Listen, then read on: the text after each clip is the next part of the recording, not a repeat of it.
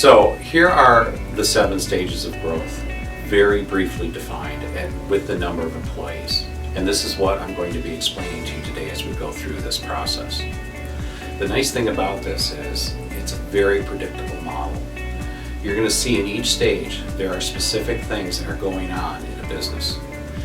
Often we've had owners of business say to us, are you reading our emails? Because so much of the challenges and problems we're facing, we talk about it on a daily basis. We've just not been able to figure out how to work through those things. Well, again, this is like having a crystal ball and going through what you're facing with your growth challenges. So I'm excited to show this to you now. Let's dive in and get this going.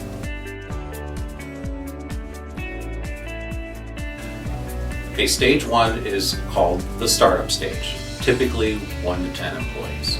And it's called the startup stage because you, as the founder of the business, are the visionary. You created the vision for this business. You created the vision for the markets it was going to serve. But a lot of your focus is about selling, and looking for markets to sustain your business model. A lot of the things you're dealing with are cash flow issues. You're dealing with probably market chaos that's going on at various points in time. You're having to develop new products quickly, as the market demands change, and you're trying to focus on new ways to service those markets and to keep your model sustainable. But you got limited capital, and you're facing having to do things to expand sales, and you're just trying to throw a few people at the problems. It feels chaotic, but it's exciting. The adrenaline's flowing, and there's lots of really interesting things going on. A lot of businesses can be in this stage for quite a while, though, and it could be several years. However, they're still facing those same challenges, and they're trying to figure out how to stabilize the business and reduce those chaotic periods.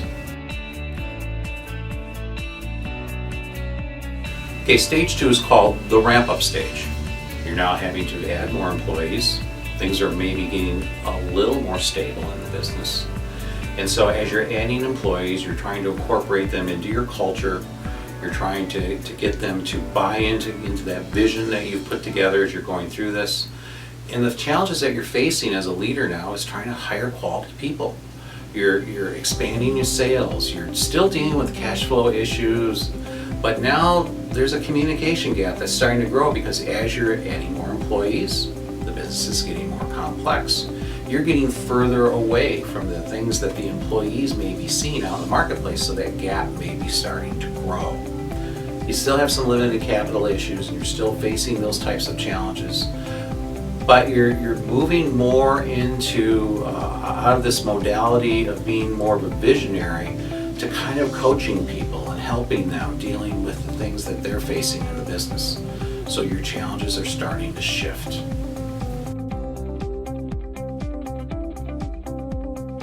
Okay, now we're on to stage 3, which is the delegation stage. Getting up to about 20 to 34 employees. And it's called the delegation stage for very good reason. You're actually having to develop a management team. And it's very, very critical that you're hiring the right people that can take on those responsibilities in your organization. But you're having to do more and more managing. You're having to do more and more developing the people around you to take on more of those responsibilities. And we often get called at this stage from very frustrated business owners who are basically saying, it seems like all I'm dealing with is people issues all the time. This isn't what I signed up for. I mean, this was exciting when I started this. It was very entrepreneurial. It was, all the adrenaline was flowing. I was able to set this vision. Now I'm dealing with people issues all the time. And that's why going through this delegation process is so critical. Yes, it will take time. It will take you being able to coach and teach others your processes, your sales processes, all of those things that have been critical to your success up to this point. Some of those things you may be dealing with, though, is staff maybe not wanting to buy into how things are getting done now. Now there's other people in charge, and they're having to report to them. Maybe they're resistant to that change that's occurring as you're developing this management structure. And that communication gap is starting to grow up as well. So you're having to teach these new managers to be able to work with the frontline staff and again keep those lines of communication going. Maybe your values are unclear, and those things have to be defined as well. But a lot of these things, if you can work through this successfully, this is such a critical stage that if you can just get through this, it will help you tremendously in going through the rest of the stages.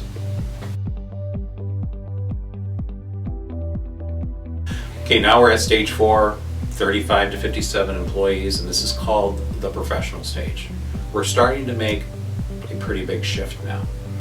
Stage 3, we were hiring people. We want to make sure we had good hiring processes in place, that we're hiring the right people.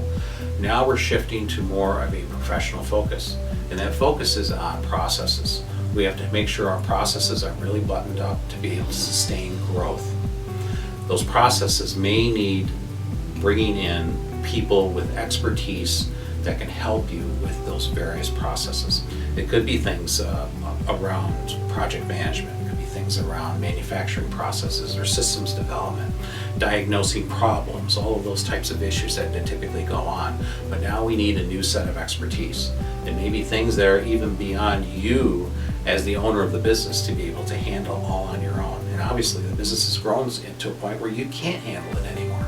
And you have to have very capable professional people to do that. So we're making a big turn now. We're heading into some heady territory as we're growing this business. But a lot of what you're doing is really growing a business in a way that you can start shifting away from being more of a manager to getting back to that role that you enjoy doing, which is being more of a visionary.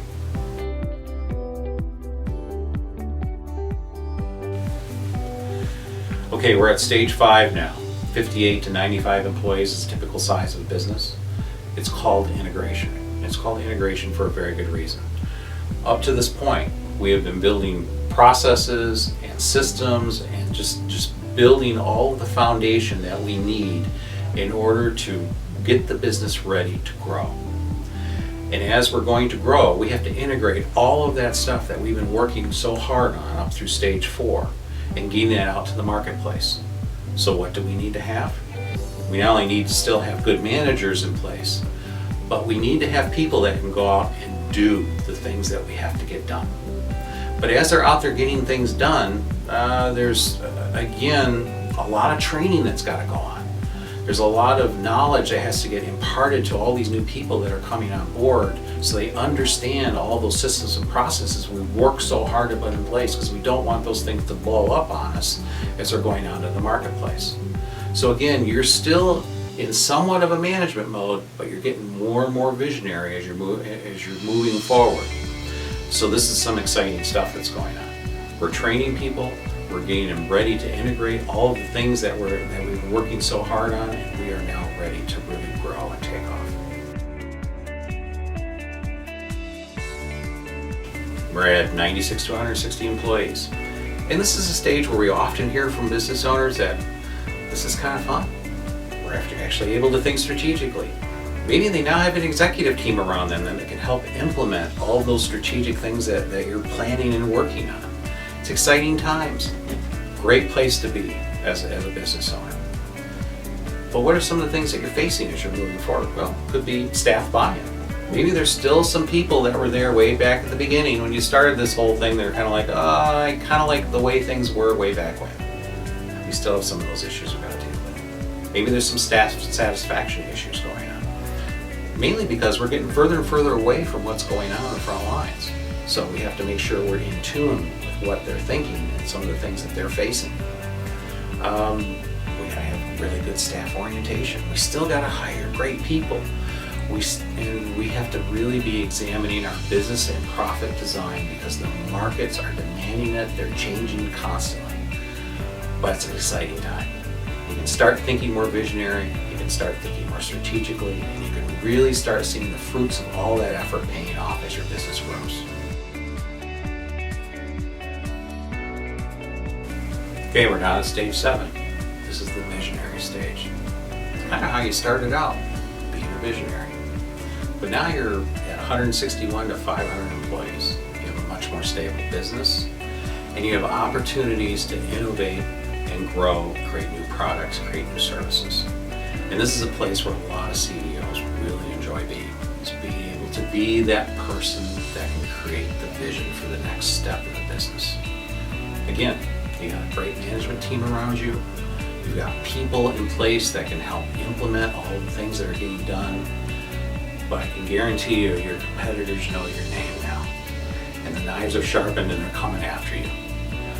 So we have to change focus. We have to make sure that we're very strong in how we're communicating our vision, that our values are in line, that we have a clear mission on what we're working through.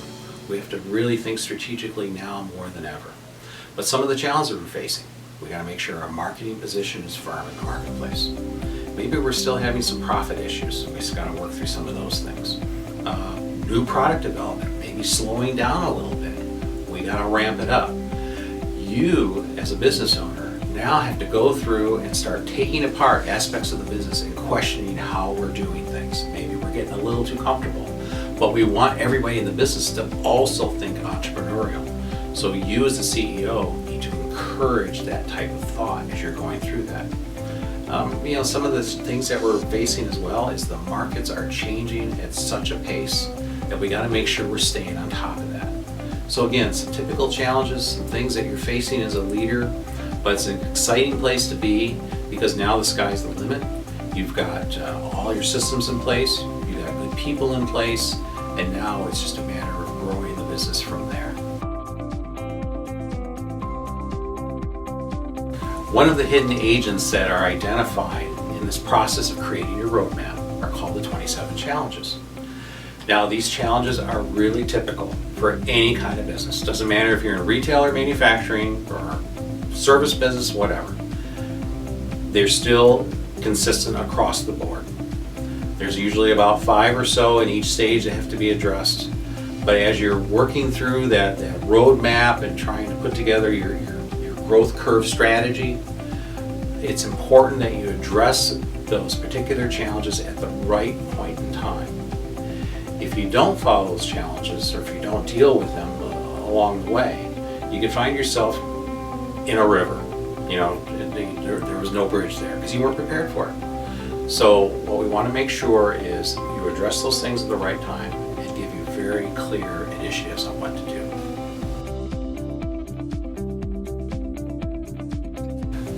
So the power to predict the growth of your business and to forecast the things that you have to do next can be in your hands today. We look forward to getting this free report to you, as well as an opportunity to talk to you further about how we can help you grow your business. Thank you for watching.